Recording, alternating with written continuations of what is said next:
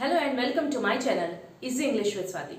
Today we are going to see The Sound of Music, part 1 of CBSE class 9th. Okay, so here we are going to talk about Evelyn Glennie.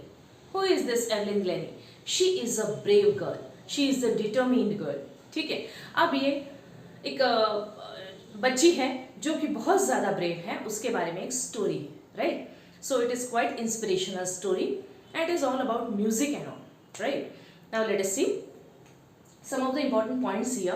According to the paragraphs, I have bifurcated them. So in the paragraph 1, what is given?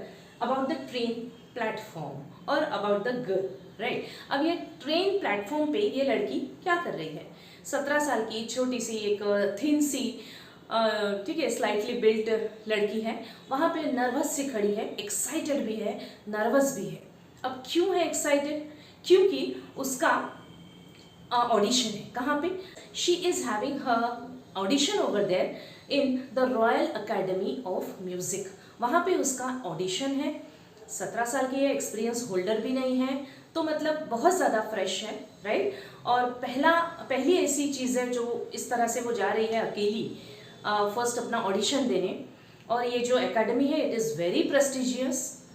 ये सब चीज़ों की वजह से वो nervous है. और क्या है? वो है स्कॉटलैंड से. ठीक है, Scotland is the country in the United kingdom. अब वो स्कॉटलैंड से है ना, तो उसके जो एक्सेंट्स हैं those are having the Scottish एक फॉर्म जो होता है, स्कॉटिश जो फॉर्म है वो उसके एक्सेंट में है. इसलिए वो थोड़ी सी नर्वस है कि भाई मैं लंदन जा रही हूँ, स्कॉटलैंड से आई हूँ, कोई मुझे समझ पाएगा कि नहीं. Moreover on the top of this she is profoundly deaf. पूरी की पूरी वो डेफ है, उसको नहीं सुनाई देता. तो ये सब चीज़ों की वजह से वो क्या है, बहुत ज़्यादा nervous on the railway platform. वहाँ पे वो खड़ी है ना, वहाँ वो सेंस कर रही है कि ट्रेन आ रही है, right? Because she can't hear but she could sense. It is given in the first para. Now in the second para it is about the loss of hearing. अब ये बचपन से ही पैदाइशी डेफ है? नो. ये जो उसका लॉस ऑफ हियरिंग हुआ है ये ग्रेजुअल था. ओके, धीरे धीरे सालों एक साल में हुआ, फिर उसके बाद में थोड़ा सा ज़्यादा हुआ. ऐसे कब से होने लगा? When she was of 8 years of age. जब वो 8 साल की थी तब पहली बार उसकी मम्मी ने नोटिस किया कि वो पियानो के क्लास में जाती थी, तो वहाँ पे उसका नाम पुकारा गया और उसने कुछ रिएक्ट ही नहीं किया. ठीक है, तो तब मम्मी ने नोटिस किया कि ऐसा क्यों कर रही है. लेकिन तब ये मैटर ज़्यादा आगे नहीं बढ़ा, क्योंकि मम्मी को लगा होगा शायद कि अब 8 साल की बच्ची है, बहुत बच्चे ये उम्र में बहुत ज़्यादा ना अपने ही दुनिया में मगन रहते हैं, राइट? तो नहीं रहता उनका ध्यान, ऐसे मम्मी को लगा होगा, इसलिए वो इग्नोर हो गया अपने आप, राइट? अब 8 साल की उम्र से लेके 11 साल की उम्र तक एवलिन ग्लेनी ने ये जो अपनी हियरिंग जो कैपेसिटी है ना वो खो रही है, मैं खो रही हूँ, ये किसी को नहीं बताया. उसने अपने फ्रेंड्स को नहीं बताया, टीचर्स को नहीं बताया, पेरेंट्स को नहीं बताया.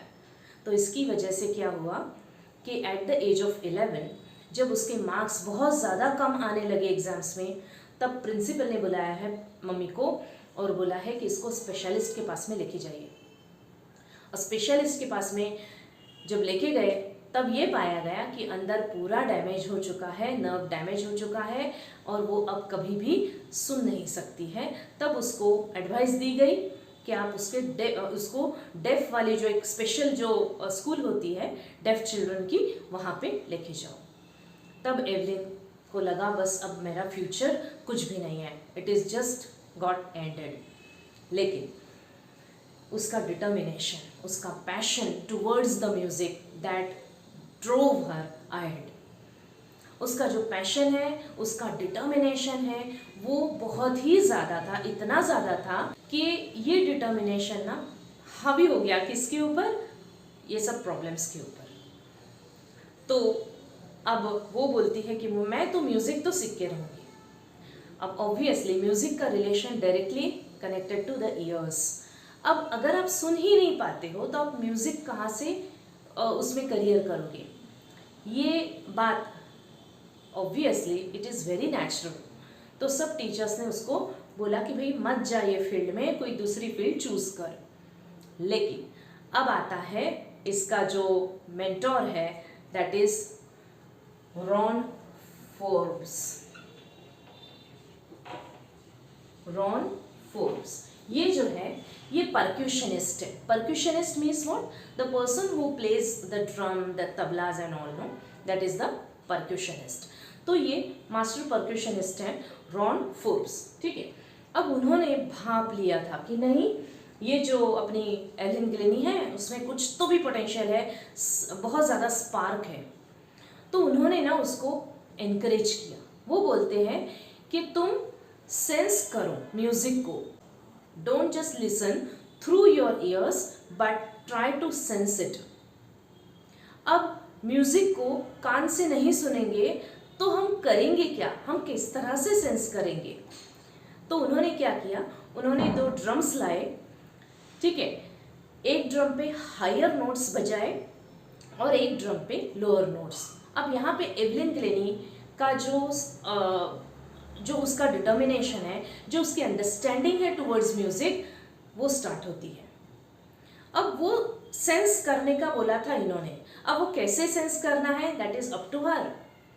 सी, अपने को टीचर्स जो है ना वो एक मार्ग दिखाते हैं, एक पाथ दिखाते हैं, उसको आप किस तरह से लेते हो, it is totally depend on the students.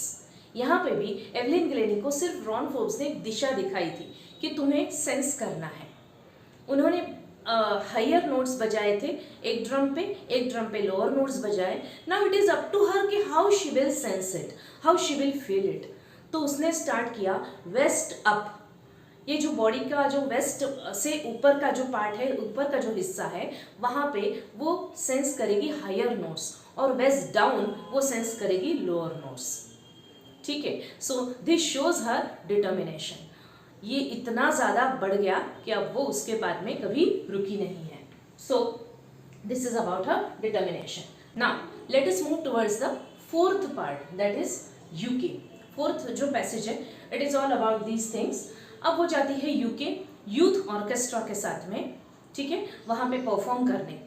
ये हम पहले देख चुके हैं children about the Royal Academy of music, जहाँ पे वो जो स्टार्टिंग का पैसेज नंबर 1 था, जो प्लेटफॉर्म के बारे में बताया था, वो किस तरह से नर्वस हो गई थी, तो वहाँ पे उसकी फर्स्ट ऑडिशन थी, right. Now it has become a gradual progress of hers कि वहाँ पे जाना, वहाँ पे यूथ ऑर्केस्ट्रा के साथ में जाना, परफॉर्म करना, ये अब उसका रोज़ का एक हिस्सा हो गया है लाइफ का। तो she started going to the Royal Academy of Music and she created history also over there by getting maximum marks till then.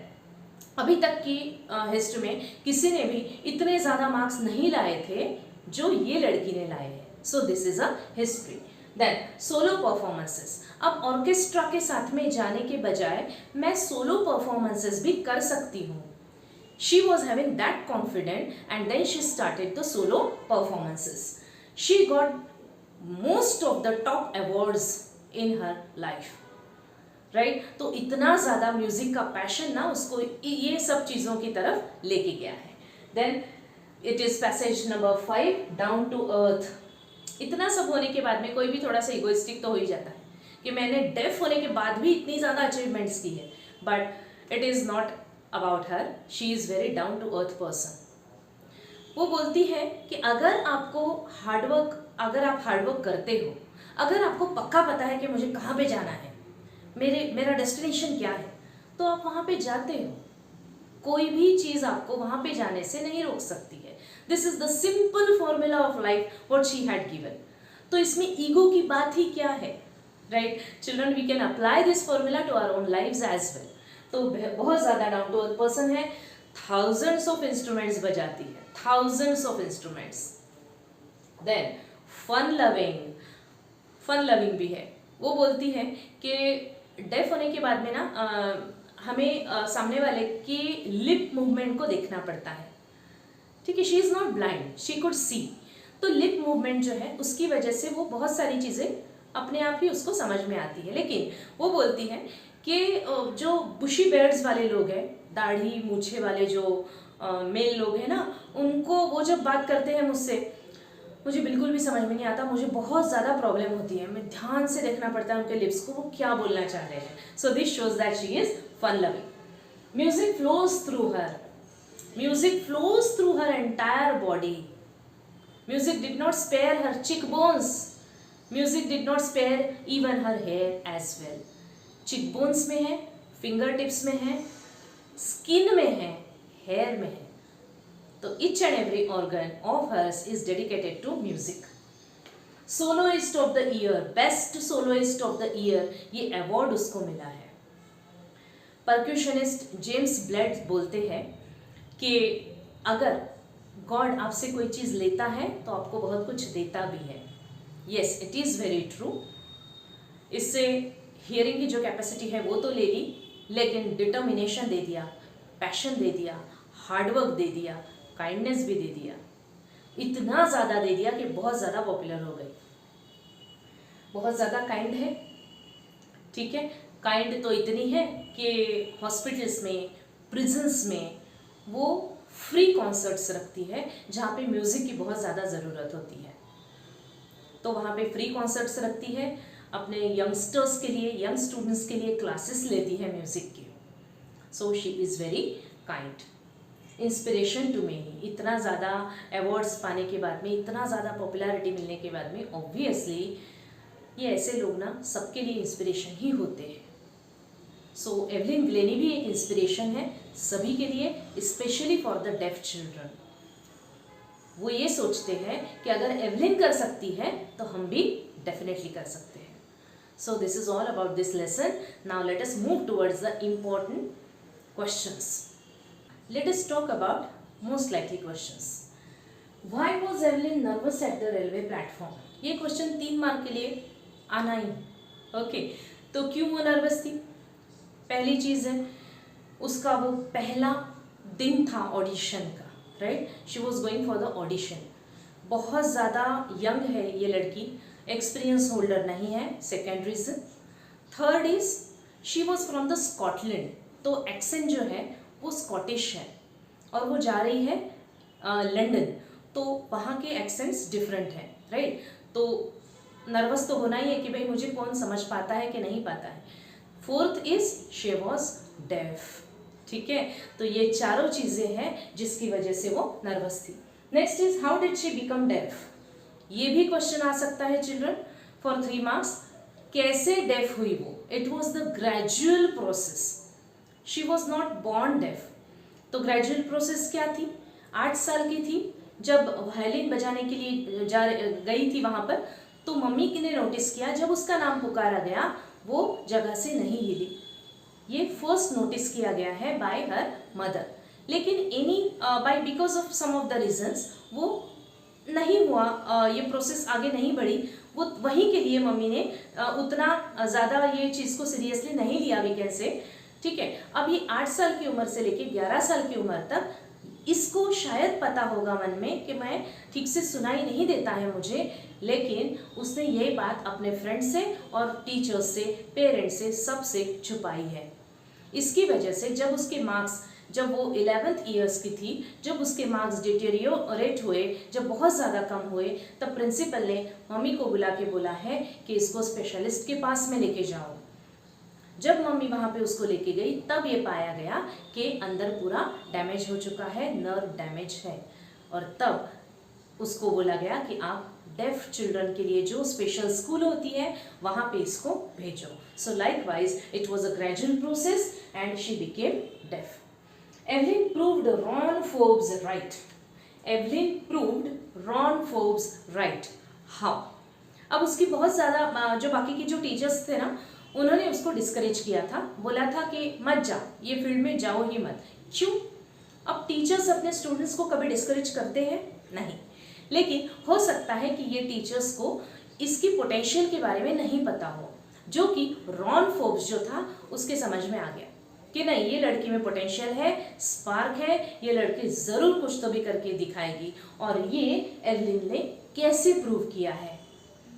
तो रॉन फोर्ब्स ने क्या किया, उसको सबसे पहले बताया कि you can do something different, और उसने कहा है कि भाई तुम ना अब सुन नहीं सकती हो, तो don't try to listen through your ears. Obviously you will not, you cannot.